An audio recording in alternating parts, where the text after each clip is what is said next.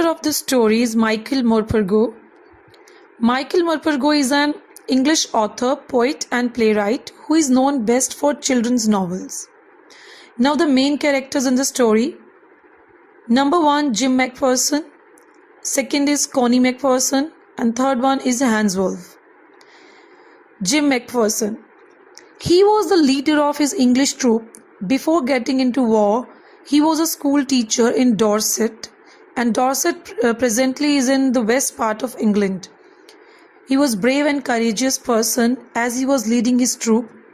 He is kind and open-hearted person as he shared his time and happiness with enemy army also. He was loving and caring person due to his love and affection towards his wife shown in the letter.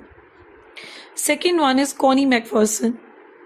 She is the wife of Jim McPherson. She spent her whole life in a belief that she will meet her husband again. A fire broke in her house and burnt her partially. She was a woman with extreme love for her husband. Hans Wolf. Hans Wolf was a captain of German troop. He worked in an orchestra in Dusseldorf before the war, and he loved to play football. Now, summary. The author found a roll-top desk in a junk shop. A roll-top desk is a writing desk with a flexible cover sliding in curved grooves. It was a 19th century roll-top desk in the junk shop. It was made of oak. It was in a bad condition but cheap. One of the legs was clumsily mended and there were scorch marks down one side. The author bought it in order to restore it. He began to work on it on Christmas Eve.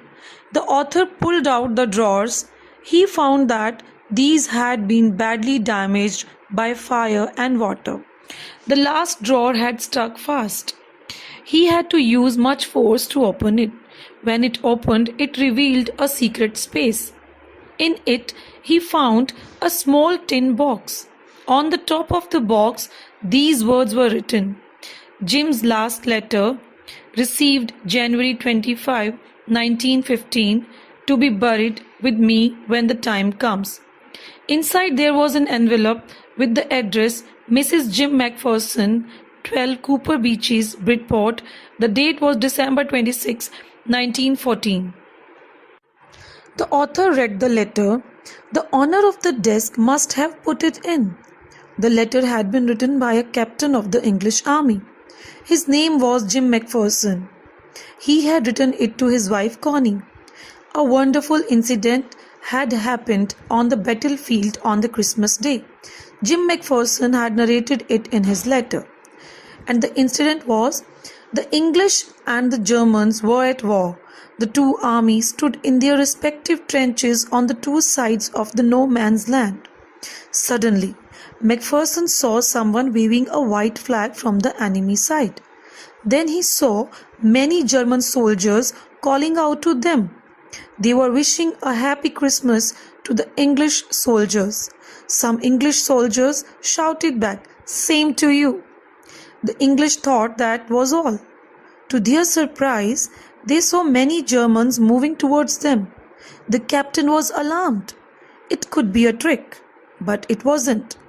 They were bringing with them German wine and canned meat. Now there were no rifles between the soldiers. They were hugging one another. The German officer moved towards McPherson. They shook hands very warmly. Then the German officer said that he was from Dusseldorf and that he played cello in the orchestra. He said his name was Hans Wolf. In return, McPherson also introduced himself. He said that he was a school teacher from Dorset. Hans Wolf smiled. He said he knew Dorset. In fact, he had never been to England, but he knew English. His favorite book was Far from the Madding Crowd. It was from there he had learnt all about Dusseldorf. McPherson shared with Hans Wolf the Christmas cake that his wife had sent. Hans Wolf said that the marzipan was the best he had ever tasted. It was a wonderful Christmas party. Then a soldier brought out a football. The soldiers played while Macpherson and Hans Wolff clapped and cheered. Hans Wolff suggested that the world would be much better if the problems were resolved by a football match instead of war. After the football match, all the drinks and eatables were consumed. Now it was time to part. Hans Wolff saluted Macpherson and walked away slowly and unwillingly. That night, the Germans were heard singing a carol. The English soldiers replied with a rousing chorus of another carol. They exchanged carols for a while and then it was all silence. Macpherson wrote in his letter that he would treasure those moments all his life. Macpherson ended the letter hoping that the war would end soon. Both armies longed for peace and he was sure that they would be together again. Having read the letter, the author put it back in the envelope. He decided to give the letter back to whom it belonged. The address was of Bridport, Dorset. So he drove to that place. The house number 12 turned out to be a burnt-out shell. It was found that Mrs. Macpherson was in the house when it caught fire. The fireman had got her out just in time. She was 101 years old. Now she was in a nursing home. The author went to the nursing home. He met the matron.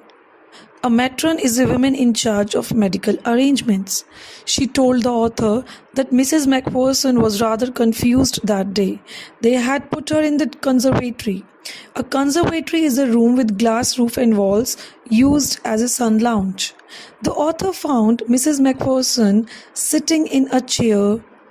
Naturally, she looked up at the author vacantly, but her eyes lit up. When he called her Connie and gave her the letter, he told her how he had got the letter, but she wasn't listening to him. She reached out and took his hand. Her eyes were filled with tears. She felt that her Jim had returned. She said that her Jim had kept the promise. He had returned on the eve of Christmas.